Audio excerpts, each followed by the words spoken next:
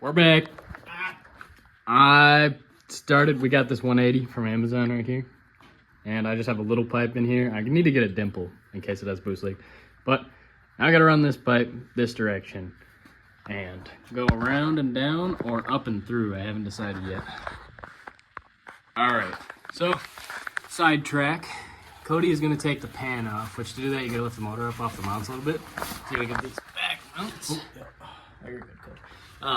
But it leaks so bad we're laying on the floor. Try not ruin the stuff. Yes.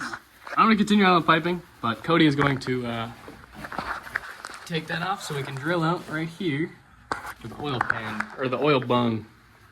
Cody has a tech tip for this oil pan replacement. Actually, I made a mistake. So if you guys are down here, nothing ever really explains it too well. If you go in right here right here inside of the kind of the subframe rail, if you come into here, there's this bolt. You just loosen this down to like the last threads for your engine mounts, and it's kind of one exact same up in here. Kind of see it in there.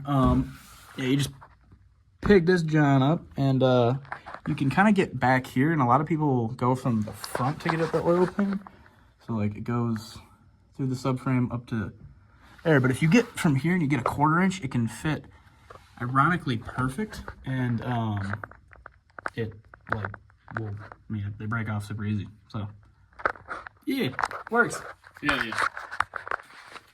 Tech tip number 2. Okay, yeah, so little problem. Tech tip number 2, take your whole subframe out. Nah, so the issue what happened was, it might be this one. I'm a dumbass, and it had a little, it's not this one, but it had a little lip on it, and I just couldn't really flex it as much. You probably won't have this issue. You might, I don't know. But we had to take it out because I'm a dumbass, and I kept rounding it. If you don't round it, you can do it the other way. Cody, what face is the car making right now?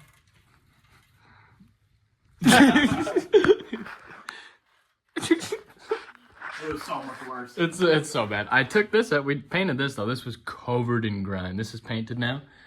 I am cleaning the subframe. I'm probably gonna pressure wash it another day and then actually paint it and make it nice. But this one turned out pretty good. But now we got time to do gaskets. Might do the upper oil pan while we're at it, just because it's, we're there. We're already that far in. All right, we got that pan sealed up. Got the bung in.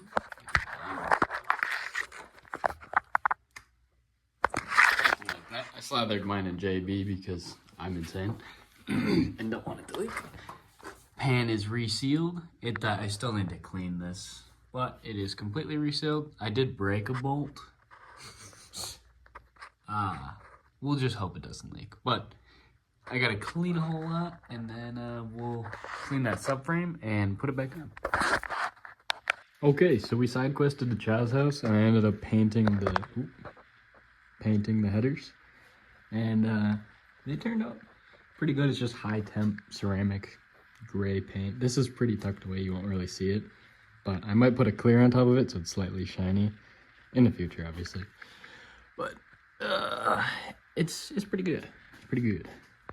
All right, now I gotta put them back in so I can see where I need to put the intercooler piping.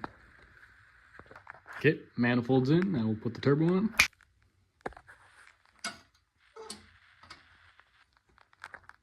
Okay, my next dilemma is technically the engine's not where it will normally sit. Oh, the lighting's terrible down here. Hold up. Because we got no subframe in it, so it's just hanging on that one jack on the bell housing. So, because I'm only one guy, I'm going to take the suspension apart to put the subframe back in. Because with 3 guys, you can just pull each side and let it tip out. But with just me, I can't do that.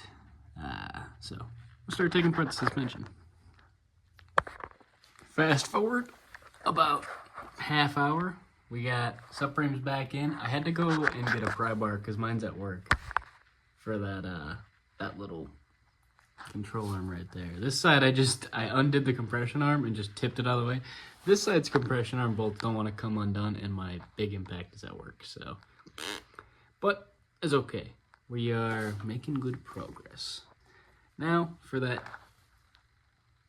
pipe that's gonna come here and down. Let's do the first coupler.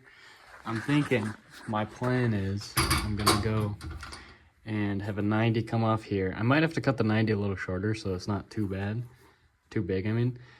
And I'm gonna go along here, just straight along the frame rail if I can. And then I'm gonna jut down with another 90.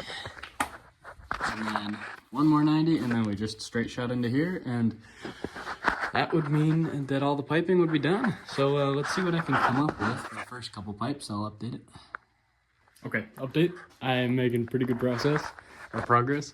So right here, it is touching, so I want to find something to put in between there because there's no way to clock it up above the frame rail, but I went 45 right after that. And then down here, this one I took a 90 after my 180, boop, right here. And then I'm gonna put this 90 just like this, right there. Should be pretty mint. So I'm gonna do some snipping. I will show you how it turns out. All right, pre-80 sick. Boom. Boom. Right into it. Look at that, it's clean. And also, best part, doesn't affect my ground clearance at all. Like the subframe's right here. The lowest one is like here. We're good. Plenty good for this thing to be slammed on its ass. But anyway, I am going to put that top pipe on just so that I can see what it fully looks like. Yeah, so I'll show you guys that. All right, look at that. We got from the outlet down, comes down here, right up into this loop-de-doop, into the intercooler, comes out, right into the intake. And now, I will call this the end of the video, but I do need to dimple dye, or I guess, I don't know, would you call that dimple dyeing? Bead roll, I need to bead roll all of these pipes. But that thing is on the way and won't be here for a week, so we're gonna call this a video for the intercooler piping. On a side note, we did get the oil bung and return bung, as well as, I don't know if you'll be able to see it on this side. I don't think you can see it, hold up. I don't know if you can see right there, that tiny little silver thing. That's a T. I have the oil pressure sensor right there going up the top, and that's my feed right there. So now all that's left is to create lines, and I will do that in the next video. Deuces.